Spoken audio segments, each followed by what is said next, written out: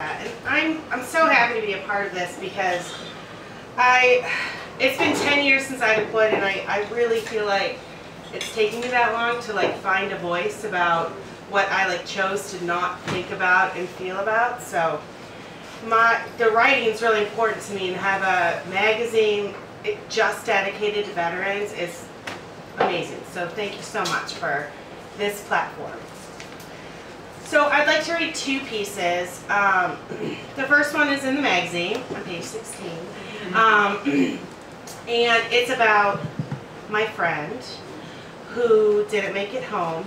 And can you still hear me? Move the mic. I'm worried. Okay. What I wanted to do with this piece was try to show people what it was like who weren't there or wanted to be there or care about being there, what it's like to be at a fallen soldier service when you're deployed. So I wrote it in second person, and it was a challenge. So this is called Roll Call. You're about halfway through your year deployment to Iraq at this point. Just enough time to make routines and gain a sense of security in the day-to-day. You're at a satellite site away from the majority of your unit when you hear the news. Once granted permission, you're on the next convoy to travel 40 miles down IED Alley to the base that it happened at, to be there for your surviving friends, for roll call. The feeling this day at the base is far different from any other you've experienced so far. For one, everyone's in full battle rattle. Flak vest, the shields, Kevlar, slung weapon, 830 round magazine. Even off guard duty, which was not the norm for this secluded base. Secondly, there was no milling around or open chatting. The whole base was silent and somber. You spiral up the staircase to the female barracks to drop your gear and witness the emotional mess. The soldier lost is a female, and only in the privacy of their sleeping quarters, the girls of the unit feel safe enough to actually feel about the situation. You hear the full story and are horrified.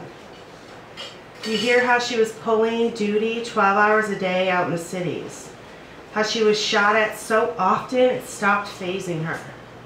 Then you hear the worst part, that it was her first day off in 20, and how she was laughing with her mom on the phone when a rocket came from across the Tigris River and turned the area she was reminiscing in to rubble.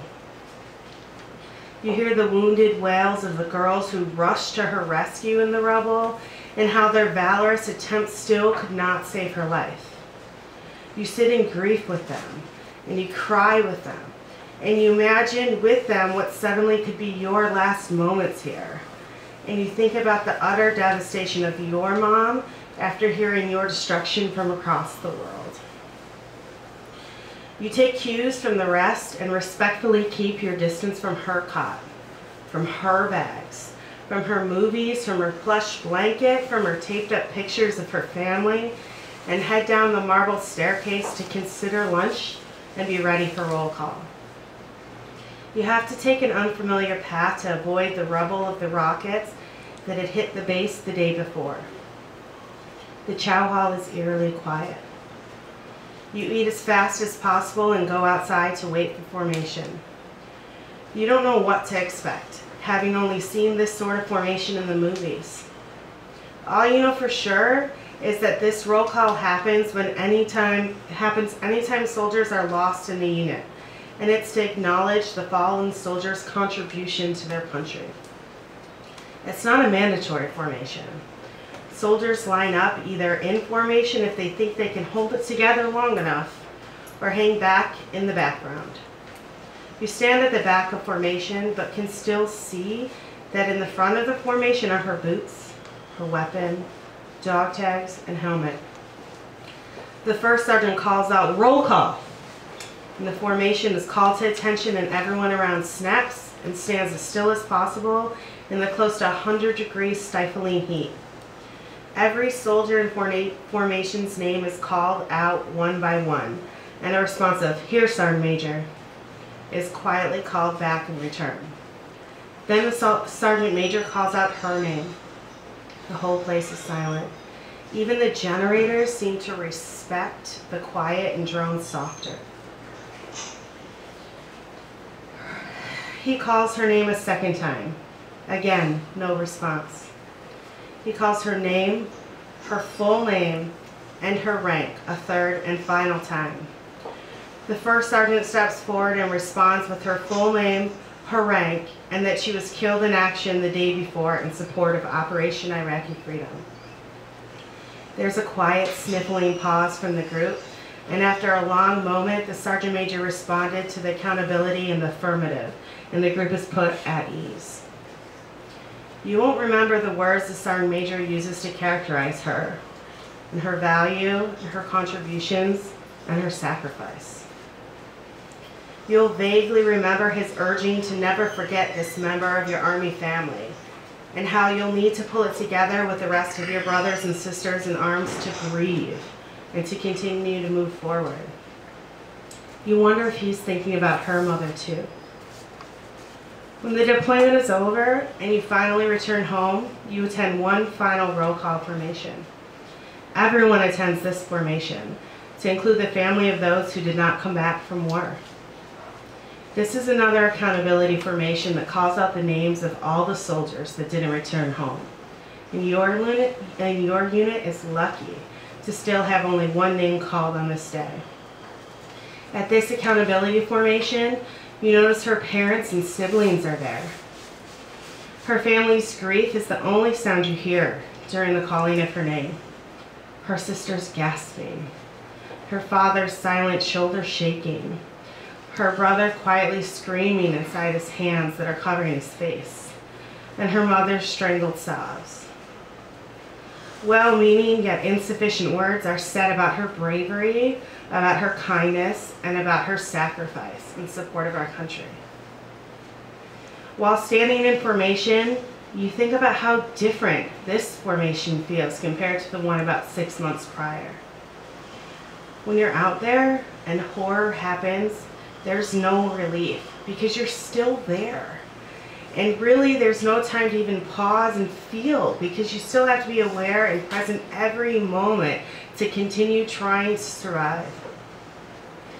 When you finally return home, you're so grateful to be home. And yet the gravity that your fallen friends will never have that opportunity weighs on you and on the unit as a whole. A conflicting mix of grief and gratitude that words cannot describe. You let your tears fall while standing at attention and formation, and you remember your friend smiling, laughing, and that she's there with you always. So, that's that piece. Okay, so